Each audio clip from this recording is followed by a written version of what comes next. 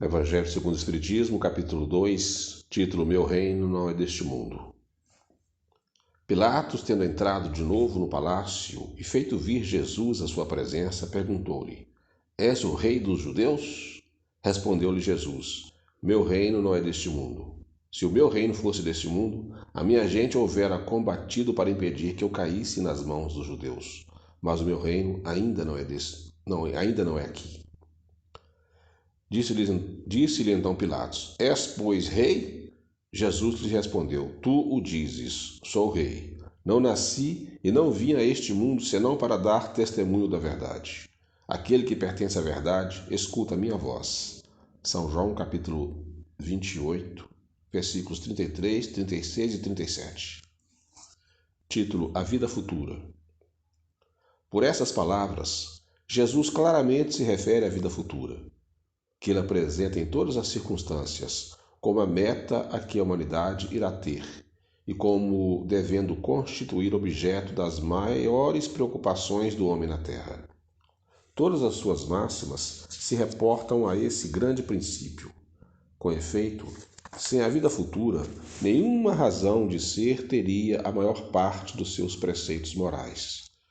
De onde vem que os que não creem na vida futura, imaginando que ele apenas falava na vida presente, não os compreendem ou os consideram pueris. Esse dogma pode, portanto, ser tido como o eixo do ensino do Cristo, pelo que foi colocado num dos primeiros lugares à frente dessa obra. É que ela tem de ser o ponto de mira de todos os homens. Só ele justifica as anomalias da vida terrena e se mostra de acordo com a justiça de Deus. Apenas ideias muito imprecisas tinham os judeus acerca da vida futura. Acreditavam nos anjos, considerando-os seres privilegiados da criação. Não sabiam, porém, que os homens podem um dia tornar-se anjos e partilhar da felicidade destes. Segundo eles, a observância das leis de Deus era recompensa com os bens terrenos, com a supremacia da nação a que pertenciam, com vitórias sobre seus inimigos. As calamidades públicas e as derrotas eram o castigo da desobediência àquelas leis. Moisés não pudera dizer mais do que isso a um povo pastor e ignorante, que precisava ser tocado, antes de tudo, pelas coisas deste mundo. Mais tarde, Jesus lhe revelou que há outro mundo, onde a justiça de Deus segue o seu curso. É esse o mundo que ele promete aos que cumprem os mandamentos de Deus, e onde os bons acharão sua recompensa. Aí o seu reino. Lá é que ele encontra na sua glória e para onde voltaria quando deixasse a terra. Jesus, porém, conformando seu ensino com o estado dos homens de sua época, não julgou conveniente dar-lhes luz completa, percebendo que eles ficariam deslumbrados, visto que não as compreenderiam. Limitou-se a dizer, de certo modo, apresentar a vida futura apenas como um princípio, como uma lei da natureza, cuja ação ninguém pode fugir. Todo cristão, pois, firmemente crê na vida futura, mas a ideia que muitos fazem dela é ainda vaga, incompleta e, por isso mesmo, falsa em diversos pontos. Para grande número de pessoas, não há a tal respeito mais do que uma crença, balda de certeza absoluta, donde as dúvidas e mesmo a incredulidade. O Espiritismo veio completar nesse ponto, como em vários outros, o ensino do Cristo, fazendo-o quando os homens já se mostram maduros bastante para apreenderem a verdade. Com o Espiritismo, a vida futura deixa de ser simples artigo de fé, mera hipótese, torna-se uma realidade material, que os fatos demonstram, porquanto são testemunhas oculares os que a descrevem nas suas fases, todas e em todas as suas peripécias, e de tal sorte que, além de impossibilitarem qualquer dúvida a esse propósito, faculta à mais vulgar inteligência a possibilidade de imaginá-la sob seu verdadeiro aspecto, como toda a gente imagina um país cuja pormenorizada descrição leia. Ora, a descrição da vida futura é tão circunstancialmente feita, São tão racionais as condições ditosas ou infortunadas da existência dos que lá se encontram, quais eles próprios pintam em cada um aqui, a seu mau grado, reconhece e declara a si mesmo que não pode ser de outra forma, porquanto assim sendo, patente fica a verdadeira justiça de Deus. Título: A Realeza de Jesus. Que não é deste mundo o reino de Jesus, todos compreendem. Mas também na terra não terá ele uma realeza? Nem sempre o título de rei implica o exercício do poder temporal. Dá-se esse título por unânime consenso a todo aquele que pelo seu gênio ascende à primeira plana numa ordem de ideias quaisquer. A todo aquele que domina o seu século e influi sobre o progresso da humanidade. É nesse sentido que se costuma dizer o rei ou príncipe dos filósofos, dos artistas, dos poetas, dos escritores e etc. Essa realeza, oriunda do mérito pessoal, consagrada pela posteridade, não revela muitas vezes preponderância bem maior do que a que cinge a coroa real? Imperecível é a primeira, enquanto esta outra é joguete das vicissitudes. As gerações que se sucedem à primeira sempre a bendizem, ao passo que por vezes amaldiçoam a outra. Esta, a terrestre, acaba com a vida, a realeza moral se prolonga e mantém o seu poder. Governa sobretudo após a morte. Sob esse aspecto, não é Jesus mais poderoso rei do que os potentados da terra? Razão, pois, que lhe assistia para dizer a Pilatos, conforme disse: sou rei, mas o meu reino não é deste mundo. Título: O ponto de vista. A ideia era clara e precisa que se faça da vida futura. Proporciona inabalável fé no porvir. Fé que acarreta enormes consequências sobre a moralização dos homens, porque muda completamente o ponto de vista sob o qual encaram eles a vida terrena. Para quem se coloca pelo pensamento na vida espiritual, que é indefinida, a vida corpórea se torna simples passagem, breve estada num país ingrato. As vicissitudes e tribulações dessa vida não passam de incidentes que ele suporta com paciência, por sabê-la de curta duração, devendo seguir-se-lhes um estado mais ditoso. À morte, nada mais restará de aterrador. Deixa de ser a porta que se abre para o nada e torna-se a que dá para a libertação, pela qual entra o exilado numa mansão de bem-aventurança e de paz. Sabendo temporária e não definitiva a sua estada no lugar onde se encontra, menos atenção presta às preocupações da vida, restando-lhe daí uma calma de espírito que tira àquela muito do seu amargor. Pelo simples fato de duvidar da vida futura, o homem dirige todos os seus pensamentos para a vida terrestre.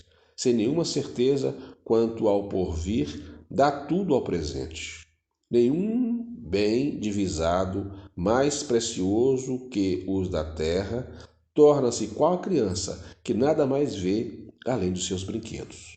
E não há o que não faça para conseguir os únicos bens que se lhes afiguram reais. A perda do menor deles lhe ocasiona causticante pesar. Um engano, uma decepção, uma ambição insatisfeita, uma injustiça de que seja vítima, o orgulho ou a vaidade feridos, são outros tantos tormentos que lhe transformam a existência numa perene angústia, infligindo-se ele desse modo a si próprio verdadeira tortura de todos os instantes. Colocando o ponto de vista de onde considera a vida corpórea, no lugar mesmo em que ele aí se encontra, vastas proporções assume tudo o que o rodeia. O mal que o atinja, como o bem que toque aos outros, grande importância adquire aos seus olhos. Àquele que se acha no interior de uma cidade, tudo lhe parece grande. Assim os homens que ocupem as altas posições, como os monumentos. Suba ele, porém, a uma montanha, e logo bem pequenos lhe parecerão homens e coisas. É o que sucede ao que encara a vida terrena do ponto de vista da vida futura. A humanidade, tanto quanto as estrelas do firmamento, perde-se na imensidade. Percebe então que grandes e pequenos estão confundidos como formigas sob um montículo de terra. Que proletários e potentados são da mesma estatura, e lamenta que essas criaturas efêmeras e a tantas canseiras se entregam para conquistar um lugar que tão pouco as levará e que por tão pouco tempo conservarão. Daí se segue que a importância dada aos bens terrenos está sempre em razão inversa da fé na vida futura. Se toda a gente pensasse dessa maneira, dir-se-ia, tudo na terra periclitaria, porquanto ninguém mais se iria ocupar com as coisas terrenas. Não, o homem instintivamente procura o seu bem-estar, e embora certo de que só por pouco tempo permanecerá no lugar em que se encontra, cuida de estar aí o melhor ou o menos mal que lhe seja possível. Ninguém há que dando com um espinho debaixo de sua mão, não a retire para não picar. Ora, o desejo do bem-estar força o homem a tudo melhorar, impelido que é pelo instinto do progresso e da conservação que está nas leis da natureza. Ele, pois, trabalha por necessidade, por gosto e por dever, obedecendo desse modo aos desígnios da providência que para tal fim o pôs na terra. Simplesmente aquele que se preocupa com o futuro não liga ao presente mais do que relativa importância e facilmente se consola dos seus insucessos pensando no destino que o aguarda. Deus, conseguintemente, não condena os gozos terrenos. Condena, sim, o abuso desses gozos, em detrimento das coisas da alma. Contra tais abusos é que se premunem os que a si próprios aplicam estas palavras de Jesus: meu reino não é deste mundo. Aquele que se identifica com a vida futura assemelha-se ao rico que perde-se em emoção, uma pequena soma. Aquele cujos pensamentos se concentra na vida terrestre assemelha-se ao pobre que perde tudo o que possui e se desespera. O Espiritismo dilata o pensamento e lhe rasga horizontes novos. Em vez dessa visão acanhada e mesquinha que o concentra na vida atual, que faz do instante que vivemos a Terra único e frágil eixo do porvir eterno, ele, o Espiritismo, mostra que essa vida não passa de um elo no harmonioso e magnífico conjunto da obra do Criador. Mostra a solidariedade que conjuga todas as existências de um mesmo ser, todos os seres de um mesmo mundo e os seres de todos os mundos. Faculta, assim, uma base e uma razão de ser a fraternidade universal, enquanto a doutrina da criação da alma por ocasião do nascimento de cada corpo torna estranhos uns aos outros todos os seres. Essa solidariedade entre as partes de um mesmo todo explica o que inexplicável se apresenta desde que se considere apenas um ponto. Esse conjunto, ao tempo do Cristo, os homens não o teriam podido compreender, motivo porque ele reservou para outros tempos o fazer-se conhecido. Instruções dos Espíritos, uma realeza terrestre. Título. Quem melhor do que eu pode compreender a verdade dessas palavras de Nosso Senhor? O meu reino não é deste mundo. O orgulho me perdeu na terra. Quem, pois, compreenderia com nenhum valor dos reinos da terra se eu o não compreendia? Que trouxe eu comigo da minha realeza terrena? Nada, absolutamente nada. E como que para tornar mais terrível a lição, ela nem sequer me acompanhou até o túmulo. Rainha entre os homens, como rainha julguei que penetrasse no reino dos céus. Que desilusão! Que humilhação, quando em vez de ser recebida aqui qual soberana, vi acima de mim, mas muito acima, homens que eu julgava insignificantes e aos quais desprezava por não terem sangue nobre. Oh, Como então compreendia a esterilidade das honras e grandezas que com tanta avidez se requestam na terra? Para se granjear um lugar neste reino, são necessárias a abnegação, a humildade, a caridade, em toda a sua celeste prática, a benevolência para com todos. Não se vos pergunta o que foste, nem que posição ocupastes, mas que bem fizestes, quantas lágrimas enxugastes.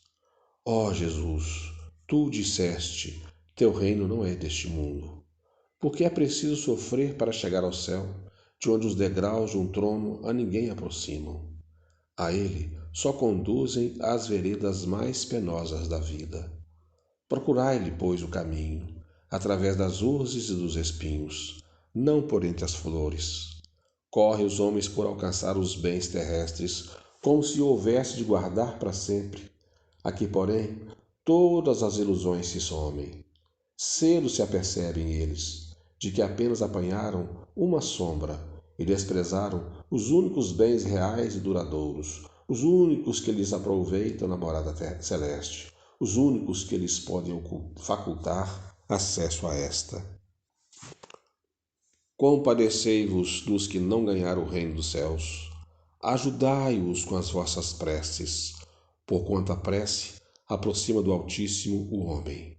É o traço da união entre o céu e a terra. Não esqueçais. Mensagem de uma rainha de França, Havre, 1863.